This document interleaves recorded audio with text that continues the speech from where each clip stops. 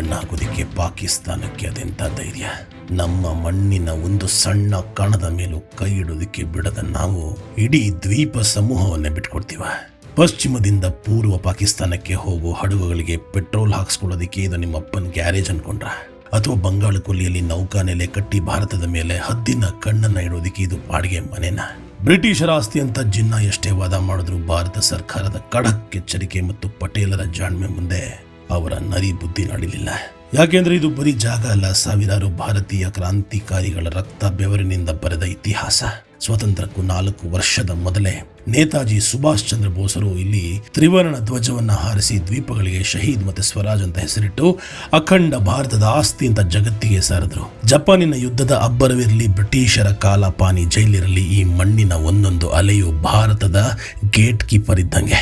ಅಂಡಮಾನ್ ನಮ್ದು, ಈ ಸಮುದ್ರ ನಮ್ದು. ನಮ್ಮ ಅಖಂಡತೆಯ ಮೇಲೆ ಆಟ ಶುರು ಮಾಡಿದ್ರೆ ಸಾವು ನಿಶ್ಚಿತ. ಇದು ಇತಿಹಾಸ ಸಾಕ್ಷಿ ನುಡಿದಿರೋ ಸತ್ಯ. ಇವತ್ತಿನ ವಿಡಿಯೋದಲ್ಲಿ ಸಂಪೂರ್ಣ ಇನ್ಫಾರ್ಮೇಶನ್ ತಿಳ್ಕೊಳ್ಳೋಣ. ಸ್ವಾಗತ.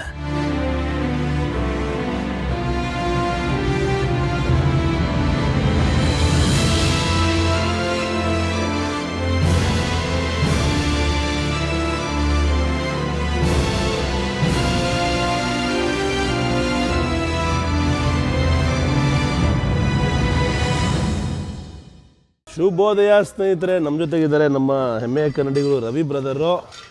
ನಾವಿದ್ದೀವಿ ಅಂಡಮಾನ್ ನಿಕೋಬಾರ್ನ ರಾಜಧಾನಿ ಪೋರ್ಟ್ ಬ್ಲೇರ್ನಲ್ಲಿ. ಇವತ್ತು ಪೋರ್ಟ್ ಬ್ಲೇರ್ ಒಂದು ದ್ವೀಪ. ಆ ಇಡೀ ದ್ವೀಪಕ್ಕೆ ಒಂದು ರೌಂಡ್ ಹಾಕಿದ್ರೆ ಹೆಂಗಿರುತ್ತೆ ಅಂತ ಚೆಕ್ಔಟ್ ಮಾಡ್ತೀವಿ. ನಮ್ಮ ಬ್ರದರ್ ಗಾಡಿ ತಂದಿದ್ದಾರೆ. ಈ ಗಾಡೀಲಿ ಇಬ್ಬರೂ ಇಡೀ ಪೋರ್ಟ್ ಬ್ಲೇರ್ ಸುತ್ತಾಡ್ತೀವಿ. ಸ್ವಲ್ಪ ಲೇಟಾಗಿ ಶುರು ಮಾಡ್ತಾಯಿದ್ವಿ. ಸಮಯ ಇವಾಗ 11:20.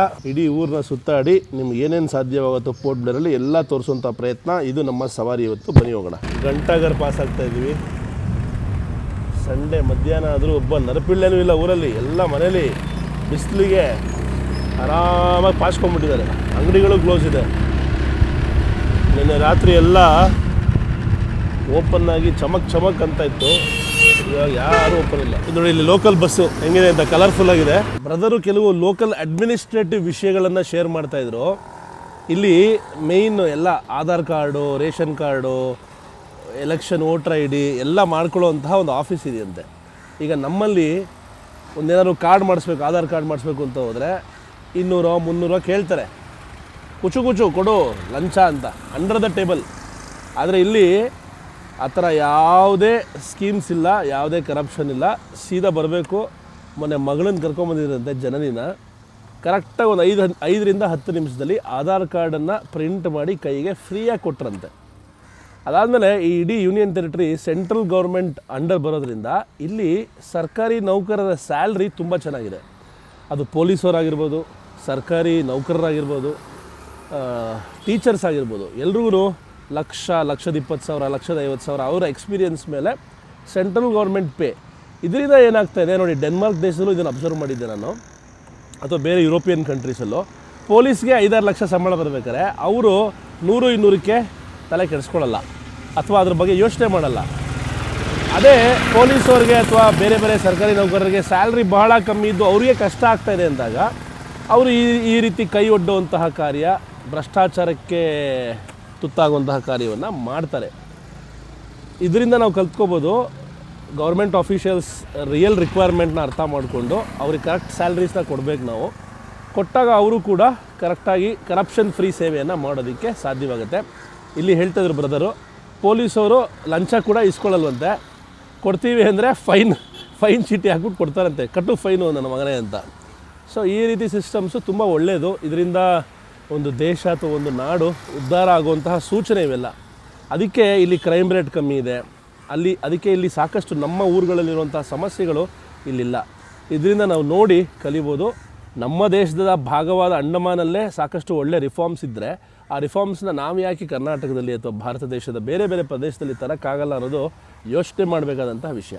ಇದು ಒಂದು ಸಮಯದಲ್ಲಿ ಬ್ರಿಟಿಷರ್ಸ್ ಕಾಲೋನಿ ಆಗಿತ್ತು. ಅದಾದ ಮೇಲೆ ಜಾಪನೀಸ್ ಕೂಡ ಒಂದು 2 ವರ್ಷ ಇಲ್ಲಿ ಆಳ್ತಾಯಿದ್ರು.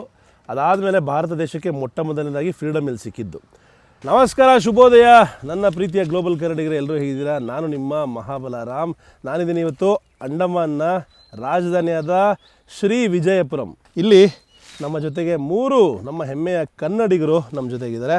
ನಿನ್ನೆ ನಮ್ಮ ಬ್ರದರ್ ಮನೆಗೆ ಹೋಗಿದ್ವಿ, ಇವಾಗ ರವಿ ಅವ್ರ ಮನೆಗೆ. ಈಗ ಜಾಯಿನ್ ಆಗಿದ್ದಾರೆ ನಮ್ಮ ಜೊತೆಗೆ ಸತೀಶ್ ಬ್ರದರು ಮತ್ತು ಇನ್ನೊಬ್ಬರು ನಮ್ಮ ಗಣೇಶ್ ಬ್ರದರು. ಇಬ್ಬರು ಫುಲ್ ಹೆಸರು ಹೇಳಿ ಬ್ರೋ. ನಮಸ್ತೆ ಎಲ್ಲ ಕನ್ನಡ ಜನತೆಗೆ. ನನ್ನ ಹೆಸರು ಗಣೇಶ್ ಹರ್ತಿ ಅಂತ. ನಾನು ಬೆಳಗಾಂ ಡಿಸ್ಟಿಕ್ ರಾಮದುರ್ಗ ತಾಲೂಕು ಚುಂಚನೂರು ಅಂತ ಒಂದು ಹಳ್ಳಿಯಿಂದ ಇರ್ತೀನಿ. ನಾನು 2 ವರ್ಷದಿಂದ ಇಲ್ಲಿ ಅಂಡಮಾನಲ್ಲಿ ಕೆಲಸ ಮಾಡ್ತಾ ಇದ್ದೀನಿ. ನಮಸ್ಕಾರ ಕನ್ನಡ ಜನತೆಗೆ. ನನ್ನ ಹೆಸರು ಸತೀಶ್ ಬೇರಾದರ್ ಅಂತ. ನಾನು ಬಿಜಾಪುರ ಡಿಸ್ಟಿಕ್ಕು ಮುದ್ದೇಬಿಹಾಳ ತಾಲೂಕು ಕುಂಟೋಜಿಯಿಂದ ಬಂದಿದ್ದೀನಿ. ಇಲ್ಲಿ ಅಂಡಮಾನಲ್ಲಿ 3 ವರ್ಷದಿಂದ ಕೆಲಸ ಮಾಡ್ತಾಯಿದ್ದೀನಿ. ನಮಸ್ಕಾರ ಕನ್ನಡ ಜನತೆಗೆ. ನನ್ನ ಹೆಸರು ರವಿ ಕುಂಬಾರ್ ಅಂತೇಳಿ, ಬಿಜಾಪುರ ಡಿಸ್ಟಿಕ್ ಮುದ್ದೇಬಿಹಾಳ ತಾಲೂಕು ಅಂಡಮಾನಲ್ಲಿ ಕೆಲಸ ಮಾಡ್ತಾಯಿದ್ದೀನಿ 1 ಇಯರ್ನಿಂದ. ಸದ್ಯಕ್ಕೆ ನೀವು ನೋಡ್ತಾ ಇರೋದು ಯಾವುದೋ ಒಂದು ಸಾಮಾನ್ಯವಾದ ಪಾಳು ಬಿದ್ದಂತಹ ಬಿಲ್ಡಿಂಗ್ ಅಂತ ನಿಮಗೆ ಅನ್ನಿಸ್ಬೋದು. ಆದರೆ ಇದು ಏನು ಗೊತ್ತಾ, ಈಗ ಬ್ರದರ್ ಹಿಂದೆ ಹೋಗಿ ತೋರಿಸ್ತಾರೆ ನೋಡಿ. ಇದು ವರ್ಲ್ಡ್ ವಾರ್ 2 ಯುದ್ಧದ ಸಮಯದಲ್ಲಿ ಕಟ್ಟಿದಂತಹ Japanese bunker. The invasion of Poland marked the dawn of a new, terrifying chapter.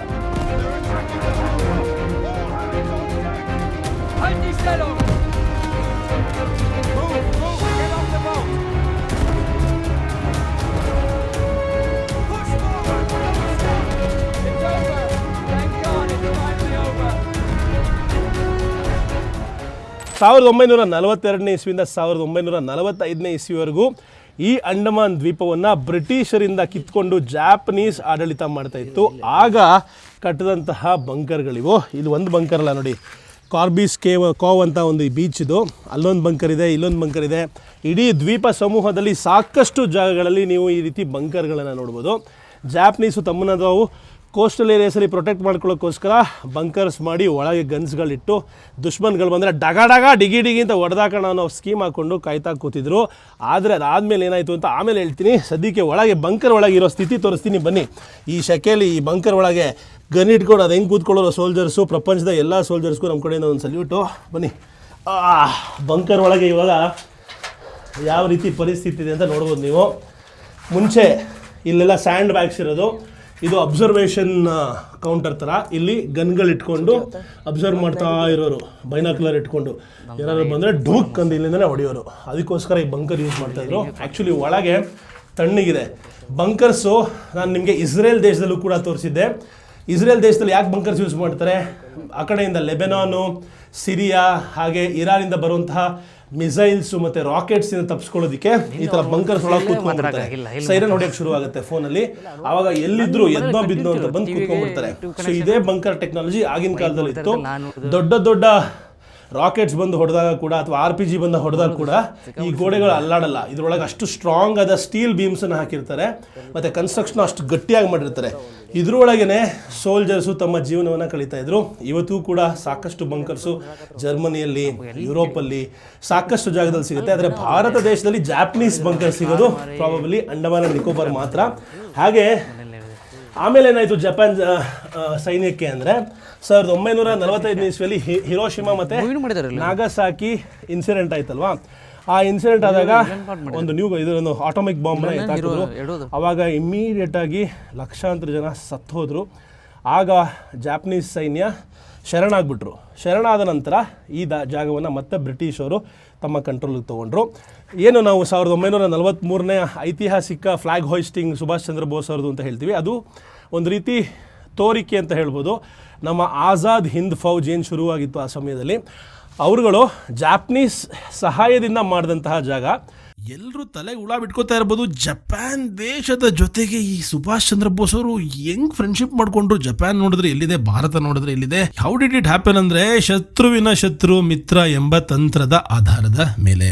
ಕೇವಲ ಅಹಿಂಸಾತ್ಮಕ ಹೋರಾಟದಿಂದ ಬ್ರಿಟಿಷರು ಭಾರತವನ್ನ ಬಿಟ್ಟು ಹೋಗೋದಿಲ್ಲ ಎಂದು ಬೋಸ್ ಭಾವಿಸಿದ್ರು. ಬ್ರಿಟಿಷರನ್ನ ಎದುರಿಸಲು ಸುಸಜ್ಜಿತ ಸೈನ್ಯ ಮತ್ತು ಆಧುನಿಕ ಶಸ್ತ್ರಾಸ್ತ್ರಗಳ ಅಗತ್ಯ ಇತ್ತು. ಇದನ್ನ ಜಪಾನ್ ನೀಡಬಲ್ಲದಿತ್ತು.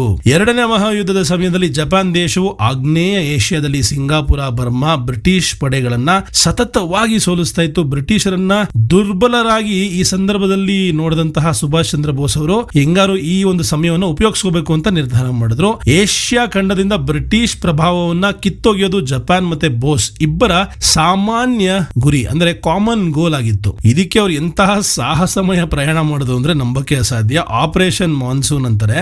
ಬೋಸ್ ಅವರು ಕಲ್ಕತ್ತಾದಲ್ಲಿ ಬ್ರಿಟಿಷರ ಕಣ್ತಪ್ಪಿಸಿ ಜರ್ಮನಿಗೆ ಹೋದ್ರು. ಆದ್ರೆ ಜರ್ಮನಿ ಭಾರತದಿಂದ ಸಿಕ್ಕಾಪಟ್ಟೆ ದೂರ, ಅಲ್ಲಿಂದ ಯುದ್ಧ ಮಾಡೋದು ತುಂಬಾ ಕಷ್ಟ. ಹೀಗಾಗಿ ಅವರು ಜಪಾನ್ ಸಹಾಯ ಪಡೆಯೋದಕ್ಕೆ ನಿರ್ಧಾರ ಮಾಡಿದ್ರು. 1943ರಲ್ಲಿ ಬೋಸ್ ಅವರು ಜರ್ಮನಿಯ ಜಲಾಂತರಗಾಮಿ ಅಂದ್ರೆ ಸಬ್ಮರೀನ್ ಮೂಲಕ ಪ್ರಯಾಣವನ್ನ ಬಳಸಿ ಹಿಂದೂ ಮಹಾಸಾಗರದ ಮಧ್ಯದಲ್ಲಿ ಜಪಾನಿನ ಸಬ್ಮರೀನ್ ನೌಕೆಗೆ ವರ್ಗಾವಣೆಗೊಂಡ್ರು. ಎಂತ ಅಡ್ವೆಂಚರಸ್ ಟ್ರಿಪ್. ಟೋಕಿಯೋ ತಲುಪಿದ ಬೋಸ್ ಅವರು ಜಪಾನ್ ಪ್ರಧಾನಿ ಹಿಡಿಕೋ ಟೋಜೋ ಅವರನ್ನ ಭೇಟಿ ಮಾಡಿದ್ರು. ಭಾರತದ ಸ್ವತಂತ್ರ ಹೋರಾಟಕ್ಕೆ ಸಂಪೂರ್ಣ ಬೆಂಬಲ ನೀಡುವುದಾಗಿ ಟೋಜೋ ಘೋಷಿಸಿದ್ರು. ಸಿಂಗಾಪುರದಲ್ಲಿ ಜಪಾನಿನ ವಶದಲ್ಲಿದ್ದ ಸಾವಿರಾರು ಭಾರತೀಯ ಯುದ್ಧ ಖೈದಿಗಳನ್ನ ಸಂಘಟಿಸಿ ಬೋಸ್ ಅವರು ಆಜಾದ್ ಹಿಂದ್ ಫೌಜ್ ಸೈನ್ಯವನ್ನ ಬಲಪಡಿಸಿದ್ರು. ಜಪಾನ್ ಸರ್ಕಾರವು ತಾವು ವಶಪಡಿಸಿಕೊಂಡಿದ್ದ ಅಂಡಮಾನ್ ಮತ್ತು ನಿಕೋಬಾರ್ ದ್ವೀಪಗಳನ್ನ ಬೋಸ್ ಅವರ ನೇತೃತ್ವದ ಸರ್ಕಾರಕ್ಕೆ ಹಸ್ತಾಂತರಿಸಿತು. ಸೊ ಇದು ಅಮೇಜಿಂಗ್ ಹಿಸ್ಟ್ರಿ ಆಫ್ ಅಂಡಮಾನ್. ಆಮೇಲೆ ಅಡ್ಮಿನಿಸ್ಟ್ರೇಷನ್ ಎಲ್ಲ ಆಗಿನ ಸಮಯದಲ್ಲೂ ಕೂಡ ನಮ್ಮ ಫ್ಲಾಗ್ ಹಾಯಿಸ್ಟ್ ಮಾಡಿದಾಗಲೂ ಕೂಡ ಅಡ್ಮಿನಿಸ್ಟ್ರೇಷನ್ ಇದ್ದಿದ್ದು ಜಾಪನೀಸ್ ಕೈಯಲ್ಲೇ. ಒಂದು ಸಾಂಕೇತಿಕವಾಗಿ ನಮ್ಗೆ ಆ ಪವರ್ ಕೊಟ್ಟಿದ್ರು, ಆಯಿತು ನಿಮ್ಮ ಧ್ವಜವನ್ನು ಹಾರಿಸಿ ನಿಮ್ಮ ಫೌಜನ್ನು ಬಿಲ್ಡ್ ಮಾಡಿ ನಾವು ನಿಮಗೆ ಸಪೋರ್ಟ್ಗೆ ಇರ್ತೀವಿ ಅಂತ. ಆದರೆ ಆ ಮಾರಲ್ ಸಪೋರ್ಟು ಯಾವಾಗ ಅಮೆರಿಕಾ ಬಾಂಬ್ ಹಾಕ್ತಾರೋ ಕುಗ್ಗೋಗಿ ಇವರೆಲ್ಲ ಹೋಗ್ಬಿಡ್ತಾರೆ. ಅವಾಗ ವಾಪಸ್ ಮತ್ತೆ ಬ್ರಿಟಿಷ್ ಬಂದು ಈ ಜಾಗ ತಗೋತಾರೆ. ಅದಾದಮೇಲೆ 1947ನೇ ಇಸ್ವಿಯಲ್ಲಿ ಈ ಜಾಗ ವಾಪಸ್ಸು ಭಾರತ ದೇಶಕ್ಕೆ ಬರುತ್ತೆ. ಆದರೆ ಅದ್ರ ಹಿಂದೆ ಇನ್ನೂ ನೂರಾರು ಕಾಂಟ್ರವರ್ಸಿ ಇದೆ. ಈ ಒಂದು ಅಂಡಮಾನ್ ಮತ್ತು ನಿಕೋಬಾರ್ ಐಲ್ಯಾಂಡ್ ಸಮೂಹ ಪಾಕಿಸ್ತಾನಕ್ಕೆ ಬೇಕು ಅಂತ ಮೊಹಮ್ಮದ್ ಅಲಿ ಜಿನ್ನಾ ಹೊಡೆದಾಡಿದ್ದು ವಿಭಜನೆ ಸಮಯದಲ್ಲಿ ಬ್ರಿಟಿಷರಿಗೆ ಹೇಳಿದ್ದು. ಯಾಕಂದರೆ ಇದು ಕ್ರಿಟಿಕಲ್ ಪಾಯಿಂಟು. ಆಲ್ಮೋಸ್ಟ್ ಇಡೀ ವರ್ಲ್ಡ್ಗೆ ಇದು one of the crucial point. ಹೇಗೆ ಸ್ಟ್ರೈಟ್ ಆಫ್ ಹಾರ್ಮುಝು ಇರಾನ್ ಇಟ್ಕೊಂಡು ಇಡೀ ಜಗತ್ತನ್ನು ಆಟ ಆಡಿಸ್ತಾ ಇದ್ದಾರೆ ಬುಗುರಿ ಥರ ಇವತ್ತು, ಅದೇ ರೀತಿ ಈ ಒಂದು ಪಾಯಿಂಟ್ ಕೂಡ ಒಂದಲ್ಲ ಒಂದು ದಿವಸ ಇದರ ಸಿಗ್ನಿಫಿಕೆನ್ಸ್ ಇಡೀ ಜಗತ್ತಿಗೆ ಗೊತ್ತಾಗುತ್ತೆ. ಅಲ್ಲಿವರೆಗೂ ಕಾದು ನೋಡೋಣ. ಇನ್ನು ಸಾಕಷ್ಟು ಇತಿಹಾಸ ಹೇಳೋದಿದೆ, ಮುಂದೆ ಹೋಗೋಣ ಬನ್ನಿ. 1947ರ ಭಾರತ ಹಾಗೆ ಪಾಕಿಸ್ತಾನದ ದೇಶ ವಿಭಜನೆಯ ಸಂದರ್ಭದಲ್ಲಿ ಕಾಶ್ಮೀರದಂತೆ ಅಂಡಮಾನ್ ಮತ್ತು ನಿಕೋಬಾರ್ ದ್ವೀಪಗಳನ್ನು ಪಡೆಯಲು ಮೊಹಮ್ಮದ್ ಅಲಿ ಜಿನ್ನಾ ಸಿಕ್ಕಾಪಟ್ಟೆ ಟ್ರೈ ಮಾಡಿದ್ರು. ಪಶ್ಚಿಮ ಮತ್ತೆ ಪೂರ್ವ ಪಾಕಿಸ್ತಾನ ಅಂದ್ರೆ ಇಂದಿನ ಬಾಂಗ್ಲಾದೇಶದ ನಡುವೆ ಚಲಿಸುವ ಹಡಗುಗಳಿಗೆ ಮಧ್ಯಂತರ ನಿಲ್ದಾಣವಾಗಿ ಮತ್ತೆ ಇಂಧನ ತುಂಬಿಸಿಕೊಳ್ಳಲು ಈ ದ್ವೀಪಗಳು ಜಿನ್ನಾಗೆ ಸಿಕ್ಕಾಪಟ್ಟೆ ಅನಿವಾರ್ಯವಾಗಿದ್ವು. ಬಂಗಾಳ ಕೊಲ್ಲಿಯಲ್ಲಿ ಭಾರತವನ್ನ ಹದ್ದುಬಸ್ತಿನಲ್ಲಿಡಲು ಇದು ಭದ್ರಕೋಟೆ ಆಗ್ತಿತ್ತು. ಇದು ಭೌಗೋಳಿಕವಾಗಿ ಭಾರತದ ಭಾಗವಲ್ಲ, ಬ್ರಿಟಿಷರ ಆಸ್ತಿ ಎಂಬುದು ಜಿನ್ನಾ ವಾದ ಆಗಿತ್ತು. ಆದರೆ ಭಾರತ ಸರ್ಕಾರ ಸುಮ್ಮನೆ ಕೂರಲಿಲ್ಲ. ಅಂಡಮಾನ್ ದ್ವೀಪಗಳನ್ನ ಭಾರತದಿಂದ ಬೇರ್ಪಡಿಸೋದು ಆಕ್ರಮಣಕ್ಕೆ ಸಮ ಎಂದು ಬ್ರಿಟಿಷ್ ವೈಸರಾಯ್ ಲಾರ್ಡ್ ಮೌಂಟ್ ಬ್ಯಾಟನ್ಗೆ ಖಡಕ್ ಆಗಿ ತಿಳಿಸಿದ್ರು. ಭಾರತೀಯ ಕ್ರಾಂತಿಕಾರಿಗಳು ಅಂದ್ರೆ ವೀರ್ ಸಾವರ್ಕರ್ ಸೇರಿದಂತೆ ಇನ್ನು ಸಾವಿರಾರು ಭಾರತೀಯ ಕ್ರಾಂತಿಕಾರರು ಇಲ್ಲಿನ ಸೆಲ್ಯುಲಾರ್ ಜೈಲಿನಲ್ಲಿ ಬಂಧಿಸಲಾಗಿತ್ತು. ಹೀಗಾಗಿ ಈ ದ್ವೀಪಗಳು ಭಾರತದ ಭಾವನಾತ್ಮಕ ಮತ್ತು ಐತಿಹಾಸಿಕ ಭಾಗವಾಗಿದ್ವು. ಕೊನೆಗೆ ಮೌಂಟ್ ಬ್ಯಾಟನ್ ಭಾರತದ ಪರವಾಗಿ ನಿರ್ಧರಿಸಿದ್ರು. 1947ರ ಭಾರತೀಯ ಸ್ವಾತಂತ್ರ್ಯ ಕಾಯ್ದೆಯಡಿ ಅಂಡಮಾನ್ ಅಧಿಕೃತವಾಗಿ ಭಾರತಕ್ಕೆ ಸೇರ್ತು. ಒಂದು ವೇಳೆ ಜಿನ್ನಾ ಈ ದ್ವೀಪಗಳನ್ನ ಪಡೆದಿದ್ರೆ ಇಮ್ಯಾಜಿನ್ ಮಾಡಿ ಏನಾಗ್ತಾ ಇತ್ತು ಅಂತ. ಇಂದು ಭಾರತದ ಕರಾವಳಿ ತೀರದ ಭದ್ರತೆ ದೊಡ್ಡ ಅಪಾಯದಲ್ಲಿರ್ತಾ ಇತ್ತು. ಯಾಕೆಂದ್ರೆ ಪಾಕಿಸ್ತಾನ ಹಾಗೆ ಚೈನಾ ಇಬ್ರು ಸೇರಿಕೊಂಡು ಭಾರತವನ್ನ ಸುತ್ತುವರೆದು ಆಟ ಆಡಿಸ್ಬಿಟ್ಟಿರೋರು. ಈಗ ಸಮುದ್ರದ ಕಿನಾರೆಯಲ್ಲಿ ನಡ್ಕೊಂಡು ಇನ್ನೊಂದು ಬಂಕರ್, ಜಾಪನೀಸ್ ಬಂಕರ್ನ ಎಕ್ಸ್ಪ್ಲೋರ್ ಮಾಡೋದಕ್ಕೆ ಮುಂದಕ್ಕೆ ಹೋಗ್ತಾ ಇದ್ವಿ. ಇದು ಇನ್ನೊಂದು ಜಾಪನೀಸ್ ಬಂಕರು. ಒಳಗೆ ಹೇಗಿದೆ ಅಂತ ತೋರಿಸ್ತೀನಿ. ಎಲ್ಲ ಕಡೆ ನಮ್ಮ ಜನಗಳು ನೋಡಿ, ಆಹಾ, ಬಂಕರ್ ಒಳಗೆ ಬಾಂಬು, ಶೆಲ್ಲು, ಮಿಸೈಲ್ ಇರೋದು. ಇವಾಗ ಬಿಯರ್ ಬಾಟ್ಲು, ಕ್ಯಾನು, ಪ್ಲಾಸ್ಟಿಕ್ ಬಾಟ್ಲನ್ನ ಹಾಕಿ ಸರ್ವನಾಶ ಮಾಡಿದ್ದಾರೆ. ಯಾಕೆ ನಮ್ಮ ಸಮುದ್ರಗಳು, ಕೊರಾಲ್ಗಳು ಹಾಳಾಗ್ತಾ ಇವೆ ಅಂದರೆ ಇದೇ ಕಾರಣದಿಂದ. ದಯವಿಟ್ಟು ಈ ತಪ್ಪನ್ನು ಯಾರೂ ಮಾಡಬೇಡಿ ಪ್ಲೀಸ್. ಎದುರುಗಡೆನೇ ಸುಂದರವಾದ ಸಮುದ್ರ. ಈಗ ಸದ್ಯಕ್ಕೆ ಲೋ ಟೈಡ್ ಇದೆ. ಇಲ್ಲಿ ಹೈ ಟೈಡ್ ಆದಾಗ ನೀರು ಆಲ್ಮೋಸ್ಟು ಈ ಬಂಕರ್ನ ಕವರ್ ಮಾಡುವಷ್ಟು ಬರುತ್ತಂತೆ. ಅದಕ್ಕೆ ನೋಡ್ಬೋದು ನೀವು, ಆ ಸಮಯದಲ್ಲಿ ಅವರು ಯೋಚನೆ ಮಾಡಿಬಿಟ್ಟು ಜಾಪನೀಸ್ ಇಂಜಿನಿಯರ್ಸು ಎತ್ತರಕ್ಕೆ ಮಾಡಿದ್ದಾರೆ ಇದನ್ನು. ಆದರೆ ಇದ್ರ ಹಿಂದೆ ಇರುವಂತಹ ಇನ್ನೊಂದು, ಅದು ಕೂಡ ಬಹಳ ಎತ್ತರ ಇದೆ, ಬಟ್ ಇದು ಅದಕ್ಕಿಂತ ಎತ್ತರ ಇದೆ ಅಲ್ವಾ.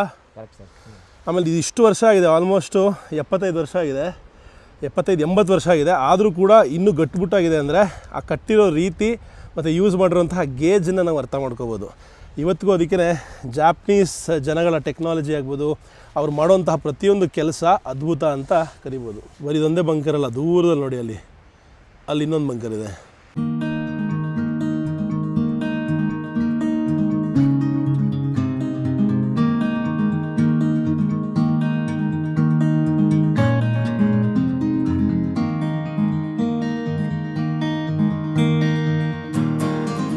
ಅಕ್ಕಪಕ್ಕ ಬೀಚ್ಗಳು ಹೆಂಗಿದೆ ಅಂತ ಗಾಡಿ ರೈಡ್ ಮಾಡ್ಕೊಂಡು ಹೋಗ್ಬೇಕಾದ್ರೂ ಅಮೋಘವಾದ ವ್ಯೂಗಳು ಆ ಕಡೆ ಈ ಕಡೆ.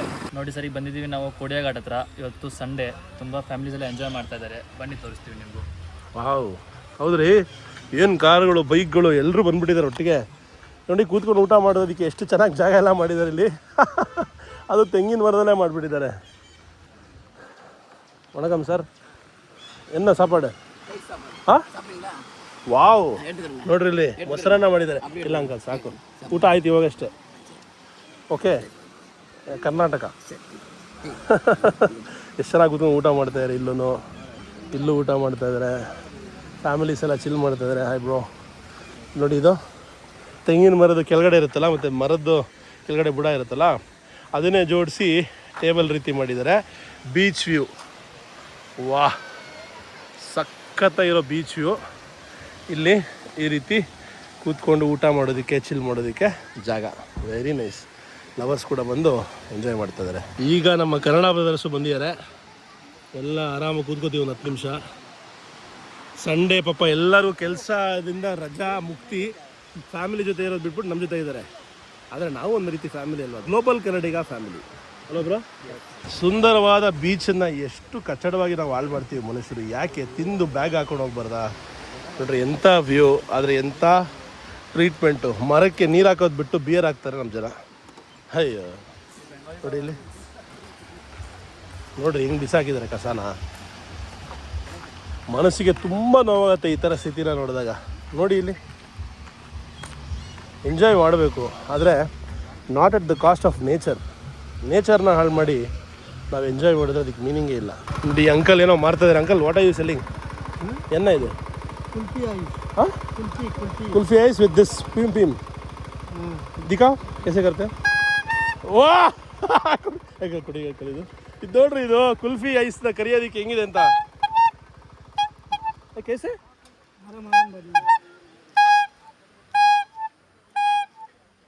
बहुत अच्छा है. कुल्फी दिखाओ अंकल, कैसे बनाते हो दिखाओ. इसमें बनाते हो, घर में बनाते हो? ಕುಲ್ಫಿ ಅಂಕಲ್ ಇವರು. ಓ, ಇದ್ರೊಳಗೆ ಕುಲ್ಫಿ ಇಟ್ಟಿದ್ದಾರೆ ಇಲ್ಲಿ. ಓ, very good, very unique shop. Your shop like panipuri shop but ice cream. ಚೆನ್ನಾಗಿ ಅಂಗಡಿ. ಫ್ಯಾಮಿಲಿಗಳೆಲ್ಲ ಆರಾಮಾಗಿ ಕೂತಿದ್ದಾರೆ. ಯಾರೋ ಫ್ರೆಂಡ್ಸ್ ಸಿಕ್ಕಿದ್ದಾರೆ? ಕಲೀಗ್ಸಾ? Okay okay. ನೋಡಿ, ಅಡುಗೆ ಎಲ್ಲ ಮಾಡ್ಕೊಂಬಂದು, ಸಂಡೇ ಬಿರಿಯಾನಿ ಮಾಡ್ಕೊಂಬಂದು ಮಸ್ತಾಗಿ ಊಟ ಮಾಡ್ತಾರೆ ಎಲ್ರೂ. Very nice. ಓ, ಕ್ರಿಕೆಟ್ ಎಲ್ಲ ಆಡ್ತಾರೆ ಆ ಕಡೆ. ಮರದ ಕೆಳಗಡೆ ಚಿಲ್ ಮಾಡ್ತಾಯಿದ್ದಾರೆ ಫ್ಯಾಮಿಲೀಸ್ ಎಲ್ಲ. ಆ ಕಡೆ ಕ್ರಿಕೆಟ್ ಆಡ್ತಾಯಿದ್ದಾರೆ. ಎಲ್ಲ ಸೂಪರು. ಇದೊಂದೇ ಬೇಜಾರು. ಅಂಡಮಾನಲ್ಲಿ ಎಲ್ಲ ಬೀಚ್ಗಳು ನೋಡೋಕ್ಕೆ ತುಂಬ ಚೆನ್ನಾಗಿ ಕಾಣಿಸುತ್ತೆ, ತುಂಬ ಕ್ಲೀನಾಗಿ ಕಾಣಿಸುತ್ತೆ. ಹಾಗಂತ ಡೈರೆಕ್ಟಾಗಿ ಯಾರೂ ನೀರು ಒಳಗೆ ಹೋಗಬೇಡಿ. ಯಾಕೆ? ಇಲ್ಲಿ ತುಂಬ ಸಿಕ್ಕಾಬಂದರೆ ಮೊಸಳೆ ತುಂಬ ಜಾಸ್ತಿ. ಇಲ್ಲಿ ಮೊಸಳೆ ಅಂದರೆ ಸಣ್ಣ ಪುಟ್ಟ ಮೊಸಳೆ ಅಲ್ಲ, ಒಂದು 10 ಫೀಟ್ವರೆಗೂ ಇರುವಂಥ ದೊಡ್ಡ ದೊಡ್ಡ ಮೊಸಳೆ, ಗಜಗಾತ್ರದ ಮೊಸಳೆಗಳ ತುಂಬ ದೊಡ್ಡ ದೊಡ್ಡ ಮೊಸಳೆ ಸಿಗುತ್ತೆ ಇಲ್ಲಿ. ವರ್ಷಕ್ಕೆ ಒಂದು 7-8 ಕೇಸ್ ಅಂತೂ ನಾರ್ಮಲಾಗಿ ಸಿಕ್ಕಂಡೇ ಕಾಣುತ್ತೆ ಮೊಸಳೆದ್ದು. ಅಂದರೆ ಸಾಯಿಸ್ಬಿಡುತ್ತಾ ಮನುಷ್ಯನ? ಡೈರೆಕ್ಟಾಗಿ ಕರ್ಕೊಂಡು ಹೋಗ್ಬಿಡುತ್ತೆ, ಒಳಗೆ ಕರ್ಕೊಂಡು ಹೋಗ್ಬಿಡುತ್ತಾ? ಬಾಡಿನೂ ಸಿಗಲ್ಲ, ರಿಕವರ್ ಆಗಲ್ಲ. 10 ಅಡಿ ಮೊಸಳೆ ಕೈಯಲ್ಲಿ ನೀವು ಸಿಗಾಕೊಂಡ್ರೆ ನಿಮ್ಮನ್ನು ಬಿರಿಯಾನಿ ಮಾಡಿಕೊಂಡು ತಿಂದು ತೇಗ್ಬಿಟ್ಟು ಮೂಳೆನೂ ಬಿಡಲ್ವಂತೆ, ಆದರೆ ಬಾಡಿನೇ ಸಿಗಲ್ಲ. ಅದಕ್ಕೇ ಎಲ್ಲಿ ಸುಂದರವಾಗಿರುತ್ತೆ ಸಮುದ್ರ, ಎಂಜಾಯ್ ಮಾಡಬೇಕು. ಲೈಫ್ ಗಾರ್ಡ್ಸ್ ಇರ್ತಾರೆ, ಅವರು ಫ್ಲ್ಯಾಗ್ ಹಾಕಿರ್ತಾರೆ, ಅವ್ರು ಚೆಕ್ ಮಾಡಿರ್ತಾರೆ ಆ ವಿಸಿನಿಟಿಯನ್ನು, ಅಲ್ಲಿ ಪ್ರಾಬ್ಲಮ್ ಇಲ್ಲ. ಮತ್ತು ನ್ಯೂಸ್ ಇರುತ್ತೆ, ವಾಕಿ ಟಾಕಿ ಇರುತ್ತೆ, ಅವರೆಲ್ಲ ಕಮ್ಯುನಿಕೇಷನ್ ಮಾಡ್ತಾ ಇರ್ತಾರೆ. ಅದ್ರ ಮಧ್ಯ ಮಾತ್ರ ನೀವು ಓಡಾಡಬೇಕಾಗಿ ಅಥವಾ ಸ್ವಿಮ್ಮಿಂಗ್ ಮಾಡಬೇಕಾಗಿ ವಿನಂತಿ. ಇಲ್ಲಿ ಮ್ಯಾಕ್ಸಿಮಮ್ ಹೊರಗಡೆಯಿಂದ ಬರೋ ಟೂರಿಸ್ಟ್ಗಳಿಗೆ ಗೊತ್ತಿರಲ್ಲ. ಆಮೇಲೆ ಹನಿಮೂನ್ ಕಪಲ್ಗಳು ತಮ್ಮದೇ ಆದ ಒಂದು ಹನಿಮೂನ್ ಮೂಡಲ್ಲಿರ್ತಾರೆ. ಅವರು ಯೋಚನೆ ಮಾಡಲ್ಲ ಇಲ್ಲಿ ಮೊಸಳೆ ಇರುತ್ತೆ ಅಂತ, ಇಲ್ಲಿ ಬರೀ ರೋಜಾ ಹೂ ಮಾತ್ರ ಸಿಗುತ್ತೆ ಅಂತ ಯೋಚನೆ ಮಾಡ್ತಿರ್ತಾರೆ. ರೊಮ್ಯಾಂಟಿಕ್ ಮೂಡಲ್ಲಿ ಇರ್ತಾರೆ ಪಾಪ ಅವರು. ಸಡನ್ನಾಗಿ ಅದಕ್ಕೆ ಹೇಳೋದು, ಏನೇ ನಾವು ಎಲ್ಲೇ ಇದ್ರೂ ಆ ಜಾಗದ ವಿಷಯನ ಅರ್ಥ ಮಾಡ್ಕೊಳ್ಳದೆ ಯಾವ ಕೆಲಸವನ್ನು ಮಾಡಬಾರ್ದು. ನೆನ್ನೆ ನಮ್ಮ ಒಬ್ಬರು ಬ್ರದರ್ ಹೇಳ್ತಾಯಿದ್ರು ಅಲ್ಲಿ ಲಕ್ಷ್ಮಣ್ಪುರ್ ಬೀಚಲ್ಲಿ, ನೀಲ್ ಐಲ್ಯಾಂಡಲ್ಲಿ, ಸರ್ ಅದೊಂದು ಕಲ್ಲು ಕೂಡ ಮುಟ್ಟಬೇಡಿ ಇಲ್ಲಿ ಅಂತ. ಯಾಕೆಂದರೆ ಅದು ಕೂಡ ವಿಷಕಾರಿಯಾಗಿರ್ಬೋದು. ಒಂದು ಕೊರಾಲ್ ಕೂಡ ಸ್ಕ್ರ್ಯಾಚ್ ಆದರೆ ನಿಮಗೆ ತುಂಬ ದೊಡ್ಡ ತೊಂದರೆ ಆಗೋಂಥ ಸಾಧ್ಯತೆ ಇದೆ. ಯಾವುದೋ ಒಂದು ಚಿಕ್ಕದೊಂದು ಕ್ರಿಯೇಚರ್ ಇತ್ತು, ಒಳ್ಳೆ ಕಂಬಳಿ ಉಳ್ಳ ಥರ ಅಂಟ್ಕೊಂಡಿತ್ತು, ಸರ್ ಅಪ್ಪಿತಪ್ಪಿನೂ ಮುಟ್ಬೇಡಿ, ಪಾಯ್ಸನಸ್ ಅಂದರು. ಸೊ ಅಂದರೆ ನಮಗೆ ಗೊತ್ತಿಲ್ಲ ಈ ಜಗತ್ತು. ನಾವೇನೋ ಚೆನ್ನಾಗಿದೆ ಅಂತ, ವೆಲ್ವೆಟ್ ಆಗಿದೆ ಅಂತ ಮುಟ್ಬಿಟ್ರೆ ಆಮೇಲೆ ನಮ್ಮ ಲೈಫೇ ವೆಲ್ವೆಟ್ ಆಗಿಬಿಡುತ್ತೆ. ಅದಕ್ಕೆ ಹುಷಾರಾಗಿರಿ. ಅದೇ ಒಂದು ಚೇತಾವಣೆ ಕೊಡೋದಕ್ಕೆ ನಮ್ಮ ಬ್ರದರು ಇಷ್ಟೆಲ್ಲ ಹೇಳಿದ್ದು. ಗರಿ ಗರಿ ಬಿಸಿ ಬಿಸಿ ಮೌಸಮ್ ಸೆ ಭಿ ಜ್ಯಾದಾ ಗರಂ ಹೈ. ಇಲ್ಲಿ ಸಮೋಸ ಕರಿತಾ ಇದ್ದಾರೆ, ಟೀ ಮಾಡ್ತಾ ಇದ್ದಾರೆ. ಈಗ ನಾವು ಒಂದು ಸಮೋಸ ಒಂದು ಟೀ ತೊಗೊಂಡು ಅಲ್ಲಿ ಒಂದು ನಮ್ಮ ಅಡ್ಡ ಇದೆ, ಅಲ್ಲೇ ಕುಡಿಬೇಕು ಅಂತ ನಮ್ಮ ಮಠ. ನೋಡಿ ಅಂಥ ವ್ಯೂ ಪಾಯಿಂಟ್ ಮತ್ತೆ ಲೈಫಲ್ಲಿ ಸಿಗುತ್ತೋ ಸಿಗಲ್ವ ರೀ? ನೋಡಿ ಹೆಂಗಿದೆ ಸಮುದ್ರದ ಕಿನಾರೆಯಲ್ಲಿ ನ್ಯಾಚುರಲ್ ಆರ್ಗ್ಯಾನಿಕ್ ಸೀಟ್.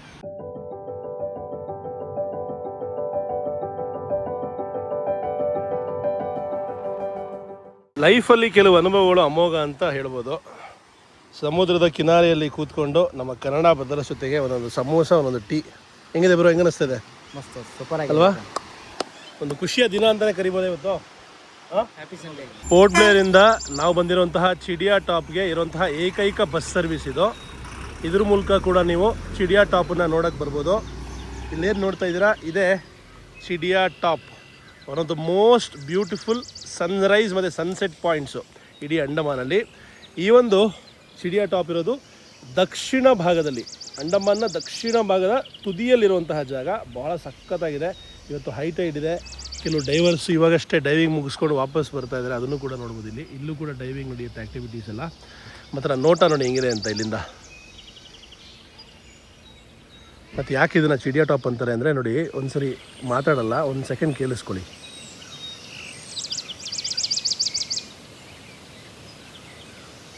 ಪಕ್ಷಿಗಳು ಕಿಚಿ ಕಿಚಿ ಕಿಚಿ ಕಿಚಿ ಕಿಚಿ ಅಂತ ಮಧುರವಾದ ಶಬ್ದವನ್ನು ಮಾಡ್ತಾಯಿದೆ. ತುಂಬ ಪಕ್ಷಿಗಳಿದೆ ಅಂತಿಲ್ಲಿ. ಸೊ ಬರ್ಡ್ ವಾಚರ್ಸ್ ಕೂಡ ಇಲ್ಲಿ ಬರ್ತಾರೆ. ಮತ್ತು ಸಮುದ್ರ ಒಂಥರ ನೋಡೋದಕ್ಕೆ ಬೇರೆ ಥರ ಒಂದು ಸರೋವರದ ರೂಪದಲ್ಲಿ ಕಾಣುತ್ತೆ, ಯಾಕಂದರೆ ಒಂದು ರೀತಿಯ ಬ್ಯಾಕ್ ವಾಟರ್ಸ್ ಥರ ಅನಿಸುತ್ತೆ. ಎದುರುಗಡೆ ಸಾಕಷ್ಟು ನಿಮಗೆ ಬೇರೆ ಬೇರೆ ಐಲ್ಯಾಂಡ್ಸ್ ಕೂಡ ಕಾಣುತ್ತೆ ನೋಡೋದಕ್ಕೆ.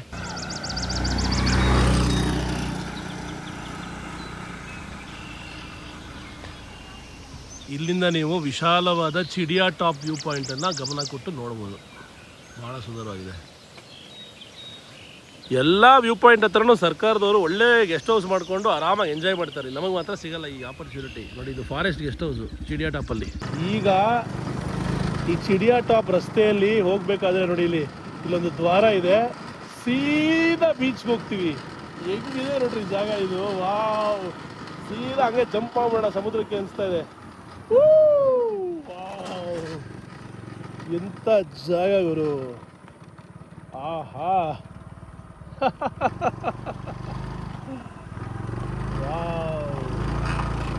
ನೋಡಿ, ಇಲ್ಲಿ ಬರ್ದಿದ್ದಾರೆ, ಹಂಗೆ ಇದಕ್ಕೆ ಬರ್ತೀನಿ.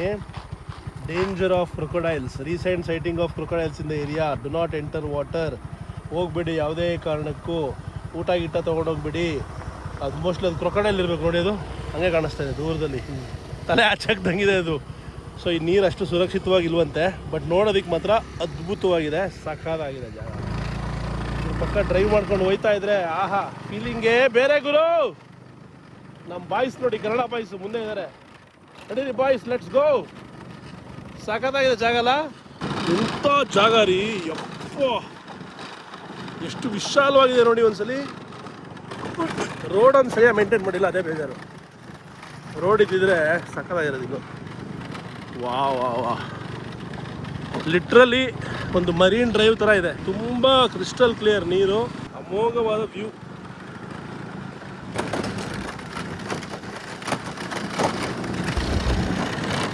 ಏನು ಬ್ರೋ ಇದು ಮುಂಡಾ ಅಂದರೆ ನಮ್ಮ ಕಡೆ ಮುಂಡಾಯಿಸ್ಬಿಟ್ಟ ಅಂತ ಹೇಳ್ತಾರಲ್ಲ, ಆ ಥರ ಏನು ಮುಂಡಾ ಪಹಾಡ್ ಅಂತಿದೆ. ಮುಂಡಾ ಪಹಾಡ್ ಬೀಚ್ ಏನಿದೆ ಜಾಗ? ಇದು ಮುಂಡಾ ಪಹಾಡ್ ಅಂತ. ಇದು ಒಬ್ಬರಿಂದ ಒಂದು 25-30 ಕಿಲೋಮೀಟರ್ ಆಗುತ್ತೆ. ಕೆಲವೊಂದು ಹೆಸರು ಹೇಳ್ತಾರೆ ಚಿಡಿಯಾ ಟಾಪು ಅಂತ ಹೇಳಿ. ಚಿಡಿಯಾ ಟಾಪ್ ಅಲ್ಲಿ ಒಂದು ನೋಡೋದಲ್ಲ ಆ ಜಾಗ. ಅದರಿಂದ ಮುಂದೆ ಬಂದರೆ ಮುಂಡಾ ಪಹಾಡು. ಮತ್ತು ನೆಕ್ಸ್ಟು ಮುಂದೆ ಟ್ರೆಕ್ಕಿಂಗ್ ಪಾಯಿಂಟ್ ಇದೆ. ಇಲ್ಲಿಂದ ಹೆಚ್ಚು ಕಮ್ಮಿ 3-4 ಕಿಲೋಮೀಟರ್ ಆಗುತ್ತೆ ಟ್ರೆಕ್ಕಿಂಗ್ ಮಾಡ್ಬೋದು. ಬಟ್ ಇವಾಗ ಅನ್ಫಾರ್ಚುನೇಟ್ಲಿ ಟ್ರೆಕ್ಕಿಂಗ್ ಕ್ಲೋಸ್ ಮಾಡಿದ್ದಾರೆ ಇವರು. ಬ್ರೋ, ಅಷ್ಟು ದೂರದಿಂದ ಕರ್ಕೊಂಡ್ಬಂದ್ರಿ.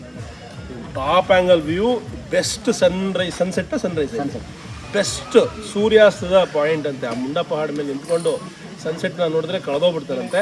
ಕೆಳಗಡೆದೂ ತುಂಬ ಚೆನ್ನಾಗಿರುತ್ತೆ ಅಂತ, ಅದರ ಮೇಲ್ಗಡೆಯಿಂದ ಇನ್ನೂ ಚೆನ್ನಾಗಿರುತ್ತೆ. ಬಟ್ ಅನ್ಫಾರ್ಚುನೇಟ್ಲಿ ಟ್ರೆಕ್ಕಿಂಗ್ ಕ್ಲೋಸ್ ಆಗಿದೆ.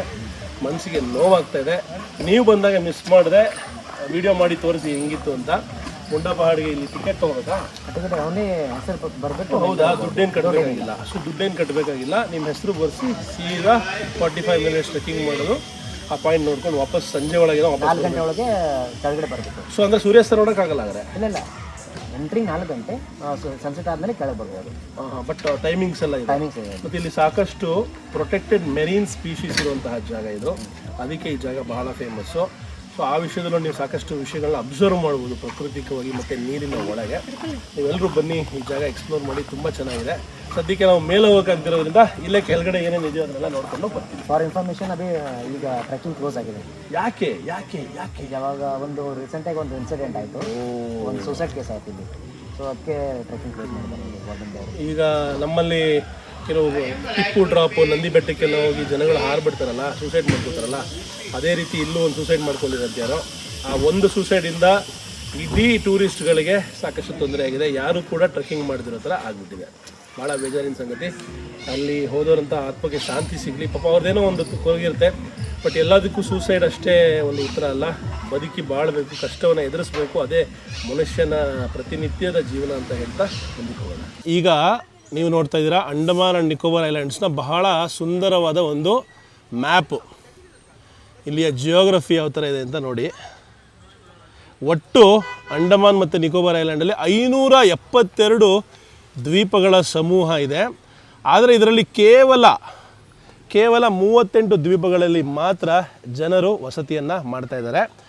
ಇಲ್ಲಿ ಮೇಲ್ಗಡೆ ಏನು ನೋಡ್ತಾ ಇದ್ದಾರೆ, ಇದು northern most point of ಅಂಡಮಾನು, Diglipur ಅಂತ ಹೇಳ್ತಾರೆ.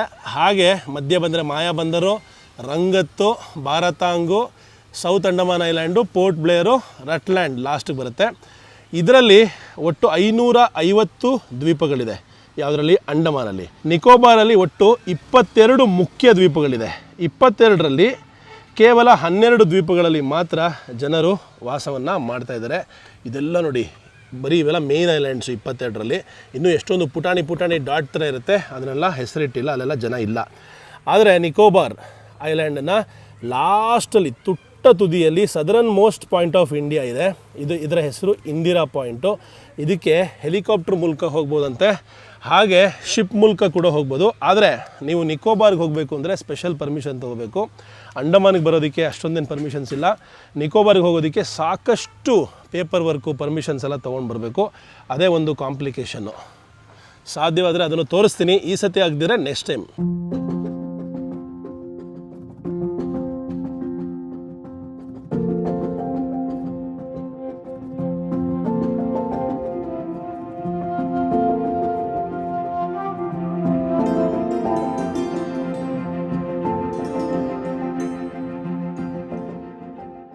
ಫೋಟೋ ಶೂಟ್ ಮಾಡ್ಕೊಳ್ಳೋದಕ್ಕಂತೂ ಸಖತ್ತಾಗಿದೆ ಜಾಗ. ಮರ ಎಲ್ಲ ಬಿದ್ದೋಗಿದೆ ಇಲ್ಲಿ. ಅದೊಂಥರ ನ್ಯಾಚುರಲ್ ಬ್ಯೂಟಿಯನ್ನು ಆ್ಯಡ್ ಮಾಡ್ತಾಯಿದೆ. ಲೊಕೇಶನ್ ನೋಡಿ ಹೆಂಗಿದೆ ಅಂತ. ವಾ. ಈ ಕಡೆನೂ ಅಷ್ಟೇ. ಈ ಜಾಗ ನೋಡಿ, ಇದರ ಮರದ ಬೇರುಗಳನ್ನ ಅಬ್ಸರ್ವ್ ಮಾಡಿ ಯಾವ ರೀತಿ ಇದೆ ಅಂತ. ಎಷ್ಟು ಕಾಂಪ್ಲೆಕ್ಸ್ ಆಗಿದೆ. ಯಾಕೆಂದರೆ ಅದು ಉಪ್ಪಿನ ನೀರಿನ ಬದುಕುತ್ತೆ. ಅದಕ್ಕೆ ಇದರ ಬೇರುಗಳನ್ನ ನೀವು ಗಮನ ಕೊಟ್ಟರೆ ಯಾವ ರೀತಿ ಇದರ ಫಿಲ್ಟ್ರೇಷನ್ ಸಿಸ್ಟಮ್ ಇದೆ ಅಂತ ಅರ್ಥ ಮಾಡ್ಕೋಬೋದು. ಇಲ್ಲಿ ಮರ ಬಿದ್ದಿರೋದ್ರಿಂದ ಒಂದು ರೀತಿ ಸಿಂಹಾಸನದ ರೂಪವನ್ನು ತೊಗೊಂಡಿದೆ. ಲೊಕೇಶನ್ ನೋಡಿ, ಇಲ್ಲಿ ಫೋಟೋ ಶೂಟ್ ಮಾಡ್ಕೋತಾರೆ ಜನ. ಅಲ್ಲಿ ಕೂತ್ರೆ ಸಿಂಹಾಸನದ ಮೇಲೆ ಕೂತಂತಹ ರೀತಿ ಭಾಸವಾಗ್ತಾಯಿದೆ. ವಾವ್, ಹೆಂಗಿದೆ ನಮ್ಮ ರಾಜ್ಯಭಾರ, ಹೆಂಗಿದೆ ನಮ್ಮ ಸಿಂಹಾಸನ, ಸಖತ್ತಾಗಿದೆ ಅಲ್ವಾ?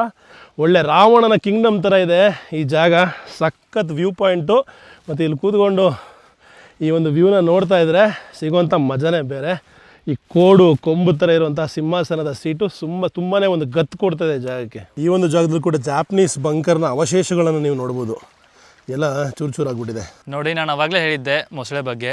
ಇಲ್ಲೂ ಕೂಡ ಅವರು ನಿಮಗೆ ಇನ್ನೂ ತುಂಬ ಚೆನ್ನಾಗಿ ಡಿಸ್ಕ್ರೈಬ್ ಮಾಡಿದ್ದಾರೆ. ಏನಂದರೆ ನಾವು ವೇಸ್ಟೇಜ್ನೆಲ್ಲ ಹೇಗೆ ಹಾಕ್ತೀವೋ ಸಮುದ್ರಕ್ಕೆ, ಆವಾಗ ಮೊಸಳೆ ಅಟ್ರಾಕ್ಟ್ ಆಗುತ್ತೆ. ಅದಕ್ಕಂತ ಡಸ್ಟ್ಬಿನ್ಸ್ ಎಲ್ಲ ಹಾಕಿರ್ತಾರೆ. ಡಸ್ಟ್ಬಿನ್ಸಲ್ಲೇ ಹಾಕಿ, ಅದರಿಂದ ನೀವು ವೇಸ್ಟೇಜ್ನ ಹಾಕೋದ್ರಿಂದ ಪೊಲ್ಯೂಷನ್ನು ತುಂಬ ಜಾಸ್ತಿ ಆಗುತ್ತೆ.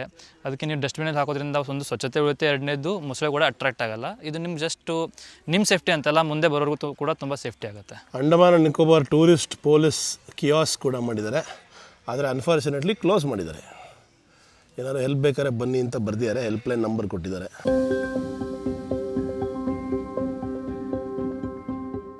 ಇಲ್ಲಿ ನೀವು ಅಂಡಮಾನ್ನ ಕೈಮಗ್ಗ ನೋಡ್ಬೋದು. ಕೈಯಿಂದ ಮಾಡಿರೋ ಬುಟ್ಟಿಗಳು. ಅಮ್ಮ ನಮಸ್ತೆ, ಹೌ ಆರ್ ಯು?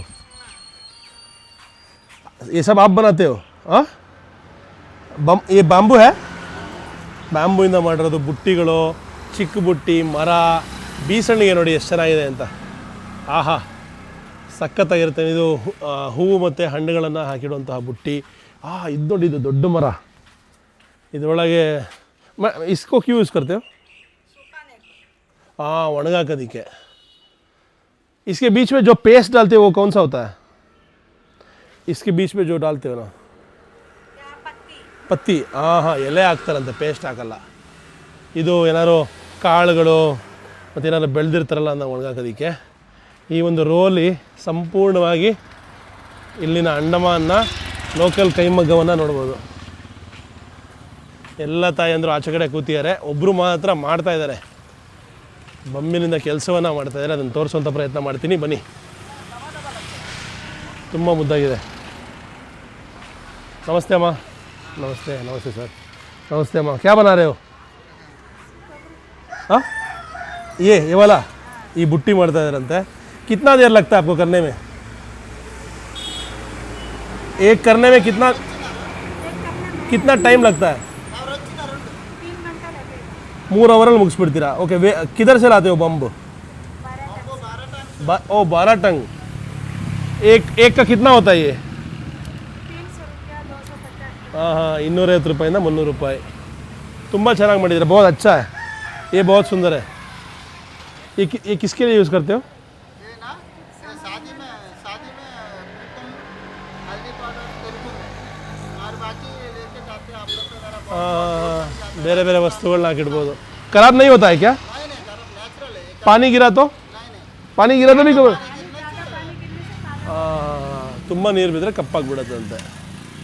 ತುಂಬ ಚೆನ್ನಾಗಿ ಮಾಡ್ತಾ ಇದ್ದಾರೆ. कितने साल से कर रहे हो ये काम? ये साल तो हम जब से पैदा हुआ बचपन से.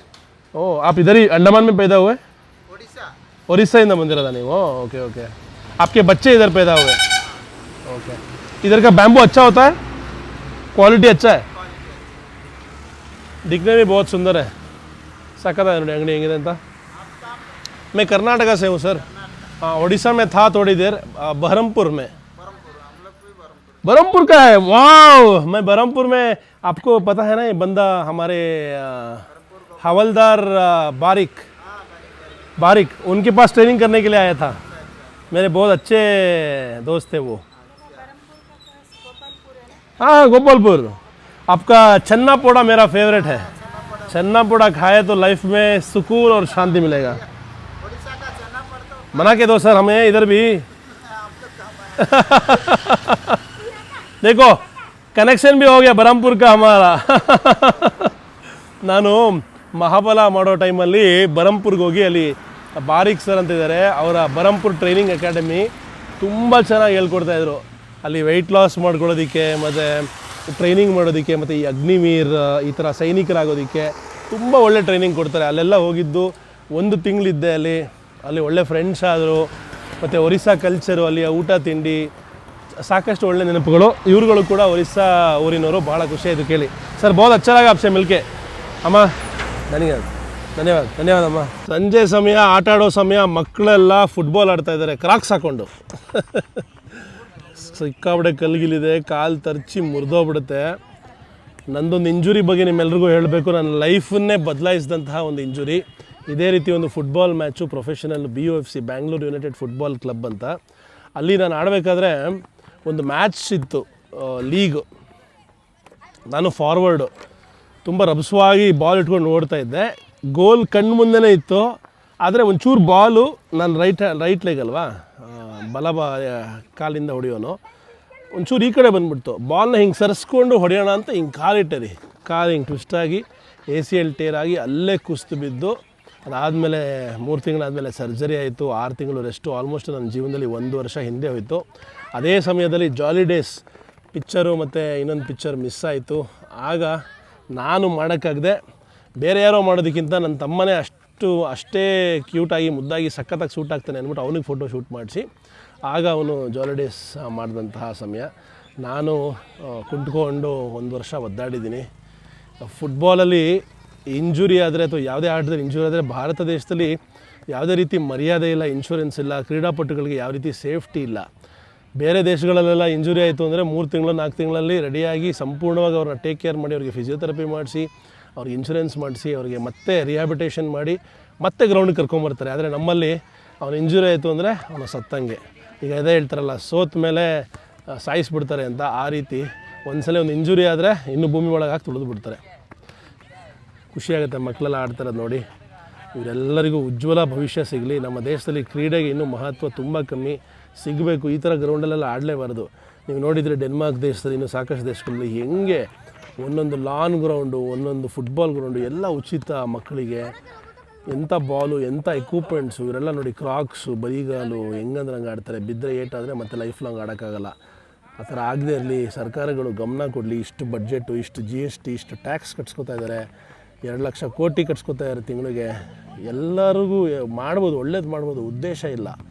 ಉದ್ದೇಶ ಇಟ್ಕೊಂಡ್ರೆ ಎಲ್ಲ ಒಳ್ಳೇದು ಮಾಡ್ಬೋದು. ಎಲ್ಲ ಮಕ್ಕಳಿಗೆ ಒಳ್ಳೇದಾಗಲಿ, ಭಾರತೀಯ ಕ್ರೀಡೆಗೆ ಒಳ್ಳೇದಾಗಲಿ ಅಂತ ಮುಂದೆ ಹೋಗ್ತಾ ಇದ್ದೀವಿ. ಇನ್ನೂ ಊಟ ಮಾಡಿಲ್ಲ, ಊಟ ಸಿಕ್ಕಿಲ್ಲ. ಯಾವುದೋ ಒಳ್ಳೆ ಬಿರಿಯಾನಿ ಕೊಡಿಸ್ತೀನಿ ಅಂತ ಬ್ರದರ್ಸ್ ಹೇಳ್ತಾರೆ, ಎಲ್ಲಿ ಅಂತ ಗೊತ್ತಿಲ್ಲ. ಎಲ್ಲರೂ ಕೇಳಿ ಸಾಕಾಯಿತು, ಯಾವ್ದಾದ್ರು ಒಂದು ಬ್ಯಾಡ್ಮಿಂಟನ್ ಗ್ರೌಂಡ್ ಇದೆ ತೋರಿಸಿ ಅಂತ. ಇದು ಯಾವುದು ಇದು ಕಾಂಕ್ರೀಟ್ ಮೇಲೆ ಬ್ಯಾಡ್ಮಿಂಟನ್ ಕೋರ್ಟು, ಹೆಂಗೆ ಆಡೋದಿಲ್ಲ ಯಪ್ಪ. ಕಾಂಕ್ರೀಟ್ ಮೇಲೆ ಬ್ಯಾಡ್ಮಿಂಟನ್ ಕೋರ್ಟು ಸಿಕ್ಕಾಪಟ್ಟೆ ಖತರ್ನಾಕಾಗಿದೆ. ಕಾಲ್ಗಿಲೆಲ್ಲ ಮುರಿದೋಗ್ಬಿಡುತ್ತೆ ಇದ್ರ ಮೇಲೆ ಆಡಿದ್ರೆ. ಮ್ಯಾಚ್ ನಡೀತಾ ಇದೆ, ಎಂಥ ಕೋರ್ಟ್ ಮೇಲೆ ಆಡ್ತಾರೆ ನೋಡಿ, ಕೈ ಕಾಲು ಮುರಿದೋಗ್ಬಿಡ್ಬೇಕು ನೋಡ್ರಿ. ಇಲ್ಲೋ ಅಂಡಮಾನಲ್ಲಿ ಪೋರ್ಟ್ ಬ್ಲೇರಲ್ಲಿ ಬ್ಯಾಡ್ಮಿಂಟನ್ ಆಡ್ತಾ ಇದ್ದೀನಿ. ಇಂಡೋರು, ಕಾಂಕ್ರೀಟು, ಕಾಲು ಏಟಾಗುತ್ತೆ, ಆದರೂ ಪರವಾಗಿಲ್ಲ, ಟ್ರೈ ಮಾಡೋಣ ಬನ್ನಿ. ಹಾಂ, ರೆಡಿ, ಸ್ಟಾರ್ಟ್. ದೋ ಸರ್ವಿಸ್ ದೋ.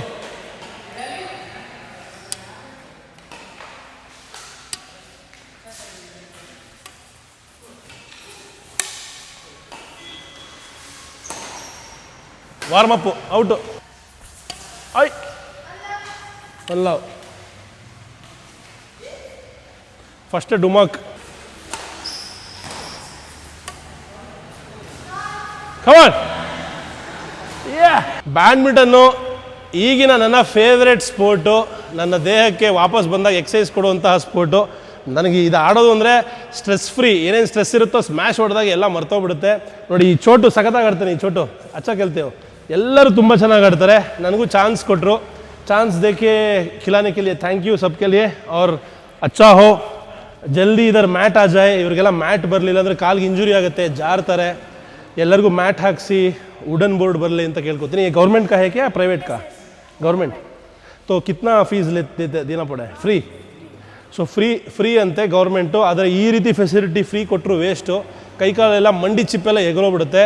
गवर्नमेंट को लिखो कि इसको मैट बनाए और ठीक से बना के दे. मुफ्त का मतलब ये मतलब नहीं है कि बुरा ऐसे दे तो आपका घुटन और ये सब इंजरी हो जाएगा. तो आपका भलाई हो, ಎಲ್ಲರಿಗೂ ಒಳ್ಳೆಯದಾಗಲಿ. ಜೈ ಕರ್ನಾಟಕ, ಜೈ Hind. Thank you brothers. Take care, bye. ಅಣ್ಣ ನೋಡಿ ಹಾಲು ಇಟ್ಕೊಂಡ್ಬಂದಿದ್ದಾರೆ ಎಲ್ಲ ಅಂಗಡಿಗಳಿಗೆ ಕೊಡೋದಕ್ಕೆ. आपका खुद का गाय है क्या? हाँ, ಆಚೆ ಕಡೆಯಿಂದ ತಗೋತೀರಾ. आपका नाम क्या है? रमेश. किधर से ओरिजिनली? तमिलनाडु. हाँ, ओके. इधर ही पैदा हुआ है? हाँ. सो अंडमान में अच्छा दूध मिलता है? नहीं, ಚೆನ್ನಾಗಿಲ್ಲ ಸಿಗುತ್ತಾ? 1 लीटर का कितना होता है इधर? हाँ, 90 रुपीज़. ओके. इधर मैं सब बोल रहे थे हम मिल्क पाउडर यूज़ करते हैं, वो बकवास है. तो आप अच्छा दूध देते हो सबके लिए. अभी ख़त्म हो गया, हमें भी पिलाओ भाई. अಯ್ಯೋ, ಒಳ್ಳೆ ವ್ಯಾಪಾರ ಮಾಡಿದ್ರಾ? हर दिन कितना बेचते हो? समर है ना, थोड़ा गाय का दूध भी कम आएगा. समर समय में ಜಾಸ್ತಿ ಬರಲ್ಲ. ಓಕೆ ಬ್ರದರ್, आपका अच्छा हो, अच्छा काम कर रहे हो. ಬಾಯ್ ಬಾಯ್, ಟೇಕ್ ಕೇರ್. ಕೊನೆಗೂ ಊಟಕ್ಕೆ ಬಂದಿದ್ದೀವಿ, ಟ್ರಯೋ ಅಂತ. ಟೈಮ್ ಎಷ್ಟು ಗೊತ್ತಾ? 4 ಗಂಟೆ 45 ನಿಮಿಷ. ಇಲ್ಲಿಂದ ಉತ್ತರ ಮೋಸ್ಟ್ ಭಾಗವಾದ ಡಿಗ್ಲಿಪುರ್ಗೆ ಹೋಗೋದಕ್ಕೆ 291 ಕಿಲೋಮೀಟ್ರ್ ಹೋಗಬೇಕು. ಸ್ವಲ್ಪ ಹೊತ್ತಾದ್ಮೇಲೆ ಪರ್ಮಿಷನ್ಸ್ ಎಲ್ಲ ಇರುತ್ತೆ, ಪರ್ಮಿಷನ್ಸ್ ಎಲ್ಲ ತೊಗೊಂಡು ಹೋಗಬೇಕು. ಅದಾದಮೇಲೆ ಮಾಯಾ ಬಂದರ್, ಹೆಸರು ತುಂಬ ಚೆನ್ನಾಗಿದೆ. ಫೆರಾರ್ ಗುಂಜ್, ಭಾಳ ಯುನೀಕ್ ಆದ ಹೆಸರುಗಳು. ನಿಮ್ಮ ನೆಚ್ಚಿನ APJ ಅಬ್ದುಲ್ ಕಲಾಂ. ವಾಹ್, ಎಂಥ ಮನುಷ್ಯ. ಐ ಹೋಪ್ ನಮ್ಮ ದೇಶಕ್ಕೆ ಇನ್ನೂ ಸಾಕಷ್ಟು ಜನಗಳು ಅಬ್ದುಲ್ ಕಲಾಂ ಅವರ ಮೈಂಡ್ ಸೆಟಲ್ಲಿ ಸಿಗಲಿ ಅಂತ ಆಶಿಸ್ತೀನಿ. ಸದ್ಯಕ್ಕೆ ಹೊಟ್ಟೆ ಕವ ಅಂತ ಇದೆ, ಊಟ ಮಾಡೋಣ. ಊಟ ಕೂತ್ಕೊಂಡು ಕೊಡಲ್ವಂತೆ, ಪಾರ್ಸಲ್ ಮಾತ್ರ ಕೊಡ್ತಾರಂತೆ. ನಾವು ಎಲ್ಲಿ ಎತ್ಕೊಂಡು ಹೋಗೋಣ? ಬಂದ ದಾರಿಗೆ ಸುಂಕವಿಲ್ಲ ಗೆಳೆಯ. ಈಗ ಇನ್ನೊಂದು ಏರಿಯಾಗೆ ಬಂದಿದ್ದೀವಿ. ಇದರ ಹೆಸರು ಬಾತೋ ಬಸ್ತಿ ಅಂದ್ಬಿಟ್ಟು. ಇಲ್ಲಿ ಇನ್ನೊಂದು ಯಾವುದೋ ಒಂದು ಹೋಟೆಲ್ನ ಹುಡುಕಾಟ ಊಟಕ್ಕೆ. ಸಂಜೆ ಸ್ನ್ಯಾಕ್ಸ್ ಸಮಯ, ಯಾರೂ ಅಡುಗೆ ಮಾಡಿಕೊಡಲ್ಲ ಇವಾಗ. ಎರಡರ ಮಧ್ಯೆ ಇದ್ದೀವಿ ಇವಾಗ. ಗ್ಲೋಬಲ್ ಕನ್ನಡಿಗನ ಜೊತೆ ಅಲಿತಾ ಇದ್ರೆ ಊಟ ತಿಂಡಿ ಎಲ್ಲ ಏನೂ ಸಿಗಲ್ಲ, ಬರೀ ಕಣ್ಣಲ್ಲೇ ಎಲ್ಲ ಊಟ ಮಾಡಬೇಕು ಅಲ್ವಾ ಬ್ರೋ? ಪಾಪ ಸುಸ್ತಾಗ್ಬಿಟ್ಟಿದ್ದಾರೆ, ಓಡಾಡಿಸಿ ಬೆಳಗ್ಗೆ ಸಿಕ್ಕಾಬಿಟ್ಟೆ ಓಡಾಡಿದ್ದೀವಿ. ಚೆನ್ನೈ ತಲಪಕಟ್ಟು ಹೋಟ್ಲು. ಕೊಡ್ತಾರ ಇಲ್ವೋ ಗೊತ್ತಿಲ್ಲ. ಅಣ್ಣ ಸಾಪಾಡು. ಹಾಂ, ಬಿರಿಯಾನಿ ಇರುಕಾ? ಓಕೆ ಅಣ್ಣ, ಏನೋ ಒಂದು ಕೊಡು.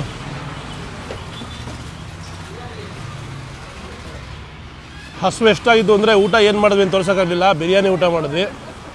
ಈಗ ಜ್ಯೂಸ್ ಜಂಕ್ಷನ್ಗೆ ಜ್ಯೂಸ್ ಕುಡಿಯೋಕೆ ಬಂದಿದ್ದೀವಿ. ಮೊಹಬ್ಬತ್ ಕಾ ಶರಬತ್. ಆಹಾ ನೋಡಿ, ಇಲ್ಲಿ ಲೋಕಲ್ ಬಾಯ್ಸು ನಮ್ಮ ಚಾನಲ್ಗೆ ಸಬ್ಸ್ಕ್ರೈಬ್ ಮಾಡ್ತಾ ಇದ್ದಾರೆ. ನಾಮ್ ಕ್ಯಾ? ಅಮಾನ್. ಅಯಾನ್. ಕ್ಯಾ ನಾಮ್ ಹೈ ಭಾಯ್, ಮಸ್ತ್ ನಾಮ್ ಹೈ. ನೋಡಿ ಇವರಿಬ್ರು ಹೋಟೆಲ್ ಮಾಲೀಕರ ಮಕ್ಕಳು. Very good. आपका जूस शॉप अच्छा है क्या? दिखाओ, चलो दिखाओ. ತೋರಿಸ್ತಾರಂತೆ, ಚಲೋ.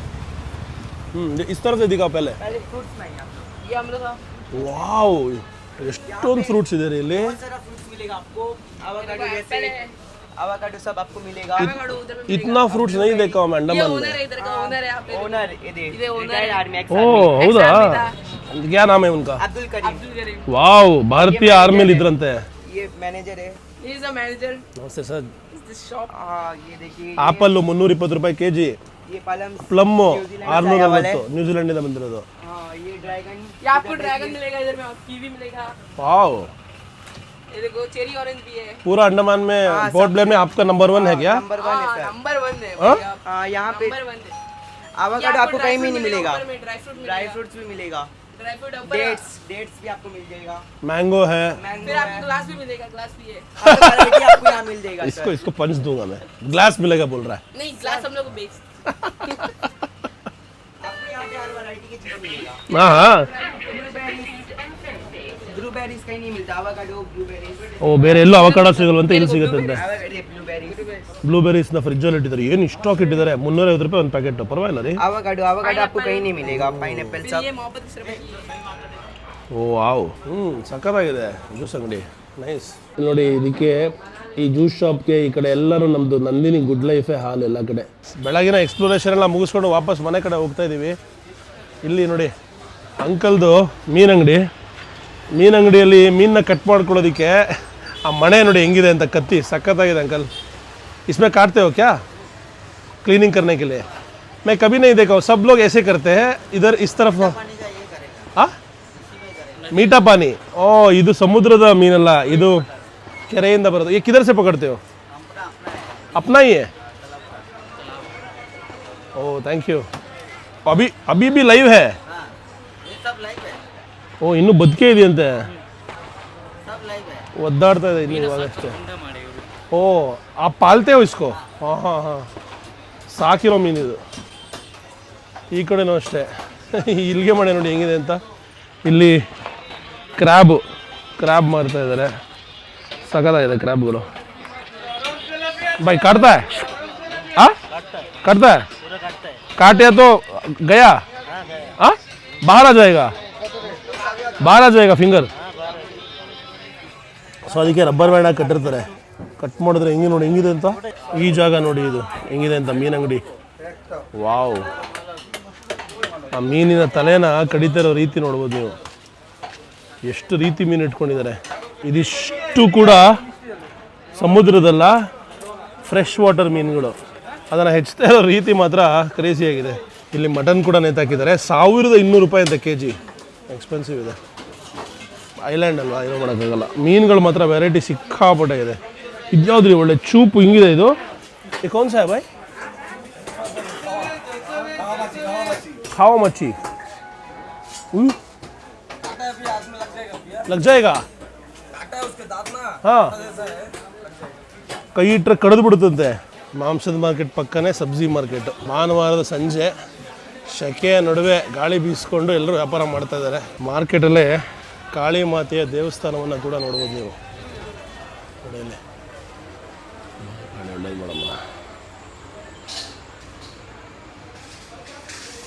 ಶುಭ ಸಂಜೆ ನನ್ನ ಪ್ರೀತಿಯ ಗ್ಲೋಬಲ್ ಕನ್ನಡಿಗರೇ. ಮಳೆ ಬರ್ತಾ ಇದೆ. ಮಳೆನೂ ಕೂಡ ಅಂಡಮಾನಲ್ಲಿ ನೋಡುವಂತಹ ಸಂದರ್ಭ ಒದಗಿ ಬಂದಿದೆ. ನಮ್ಮ ಪ್ರೀತಿಯ ಶಿವಮೊಗ್ಗದ ಸಚಿನ್ ಬ್ರದರು ಇಲ್ಲಿ ಅಂಡಮಾನಲ್ಲಿ ಕೆಲಸ ಮಾಡ್ತಾ ಇದ್ದಾರೆ. ಇವಾಗಷ್ಟೇ ಸಿಕ್ಕಿದ್ರು. ಈ ತುಂಬ ಜನ ಕನ್ನಡಿಗರು ಈಗ ನಾನು ಬ್ರದರ್ ರವಿ ಅವ್ರಿಗೆ ಸಿಕ್ಕಿದ ಮೇಲೆ, ಅವರು ಸ್ಟೇಟಸ್ಗೆ ಹಾಕಿದ್ಮೇಲೆ ಎಲ್ಲರೂ ಮೀಟ್ ಮಾಡಬೇಕು ಅಂತ ಆಸೆ ಪಡ್ತಾ ಇದ್ದಾರೆ. ನನಗೂ ಅಷ್ಟೇ. ಎಲ್ಲ ಗ್ಲೋಬಲ್ ಕನ್ನಡಿಗರನ್ನ ಮೀಟ್ ಮಾಡೋದು ಒಂದು ಭಾಗ್ಯ. ಎಷ್ಟು ಜನಕ್ಕೆ ಅದೃಷ್ಟ ಸಿಗುತ್ತೆ. ಅವರವ್ರ ಊರುಗಳಲ್ಲಿ ಬೇರೆ ಬೇರೆ ದೇಶಗಳಲ್ಲಿ ಹೋಗಿ ಕನ್ನಡಿಗರನ್ನ ಭೇಟಿ ಮಾಡಿ ನಾವೆಲ್ಲರೂ ಒಂದು ಅಂತ ಹೇಳುವಂತಹ ಪ್ರಮೇಯ ನಮ್ಮೆಲ್ಲರಿಗೂ ಬಂದಿರೋದು ಬಹಳ ಖುಷಿ. ಏನಾದ್ರು ಹೇಳಕ್ಕೆ ಇಷ್ಟಪಡ್ತೀರಾ? ರವಿ ಸರ್ ಸ್ಟೇಟಸ್ ಹಾಕಿದ್ರು ನೋಡಿ, ತುಂಬ ಖುಷಿ ಆಯಿತು. ಸಡನ್ನಾಗಿ ಒಂದು ಟಿ ಶರ್ಟ್ ಅವರು ಗಿಫ್ಟ್ ಮಾಡೋಣ ಅಂತೇಳಿ. ಎಷ್ಟು ಸುಂದರವಾದ ಒಂದು ಗಿಫ್ಟ್. ಆಮೇಲೆ ಇವ್ರದ್ದೆಲ್ಲ ವೀಡಿಯೋಸ್ ಎಲ್ಲ ತುಂಬ ನೋಡ್ತಿರ್ತೀನಿ ನಾನು. ನಮಗೂ ಒಂದು ಹೆಮ್ಮೆ, ಕರ್ನಾಟಕದವ್ರು ಬಂದಿದ್ದಾರೆ ಅಂತ ನಂಗೆ ತುಂಬ ಫೀಲ್ ಆಯಿತು. ಸಡನ್ನಾಗಿ ಬೈಕ್ ಹಾಕೊಂಡು ಬಂದು ನೋಡಿ. ಇವಾಗ ಈ ಟೀ ಶರ್ಟ್ಗೆ ಇದನ್ನ ಪಕ್ಕದಲ್ಲಿ ಹಾಕಿದ್ರೆ ಎಂಥ ಮೆರುಗು ಕೊಡುತ್ತೆ ಅಂತ ತೋರಿಸ್ತೀನಿ ನಿಮಗೆ. ಈಗ ಇಲ್ಲಿ ಭಾರತ ದೇಶದ ನಮ್ಮ ಹೆಮ್ಮೆಯ ಧ್ವಜ ಇದೆ, ಹೌದು. ಅದರ ಪಕ್ಕದಲ್ಲಿ ನಾವು ಕರುನಾಡಿನ ನಮ್ಮ ಹೆಮ್ಮೆಯ ಧ್ವಜವನ್ನು ಕೂಡ ಹಾಕೋಣ, ನಮ್ಮ ರಾಜ್ಯದ ಲಾಂಛನವನ್ನು ಹಾಕೋಣ. ನೋಡಿ ಇಲ್ಲಿ, ಜೈ ಹಿಂದ್ ಜೈ ಕರ್ನಾಟಕ. ಜೈ ಕರ್ನಾಟಕ. ತುಂಬ ಖುಷಿ ಆಯಿತು. ಧನ್ಯವಾದ ಬ್ರದರ್, ಬಂದಿದ್ದಕ್ಕೆ ಪ್ರೀತಿಯಿಂದ ಟೀ ಶರ್ಟನ್ನ ಗಿಫ್ಟ್ ಮಾಡಿದ್ದಕ್ಕೆ. ನಿಮ್ಮ ಈಗ ಅಷ್ಟೇ ಪುಟ್ಟ ಮಗು ಇದೆ ಅಂತೆ, ವೈಫ್ ಅವರು ನೋಡಬೇಕು ಅಂತ ಆಸೆ ಪಟ್ರಂತೆ, ಬಟ್ ಮಗು ಗಲಾಟೆ ಮಾಡ್ತಾ ಇರ್ಬೇಕಾದ್ರೆ ಬರೋಕ್ಕಾಗಿಲ್ಲ, ಮಳೆ ಬೇರೆ ಬರ್ತಾ ಇದೆ. ಅವ್ರಿಗೂ ನನ್ನ ಪ್ರೀತಿಯ ನಮಸ್ಕಾರಗಳು. ನಿಮ್ಮ ವೈಫ್ ಹೆಸರೇನು? ಶುಭಲಕ್ಷ್ಮಿ. ಶುಭಲಕ್ಷ್ಮಿ ಅವ್ರಿಗೂ ನಮಸ್ಕಾರ. ಪುಟ್ಟನ ಹೆಸರೇನು? ಶ್ರೇಯಾನ್ಗೂ ನನ್ನ ಪ್ರೀತಿಯ ಆಶೀರ್ವಾದಗಳು. ಒಳ್ಳೆಯದಾಗಲಿ, ಮತ್ತೆ ಸಿಗೋಣ. Okay sir, thank you. ಧನ್ಯವಾದ. ನಮ್ಮದು ಶಿವಮೊಗ್ಗ ಬಂದರೆ ಸರ್ ಡೆಫಿನೆಟ್ ಗೊತ್ತು.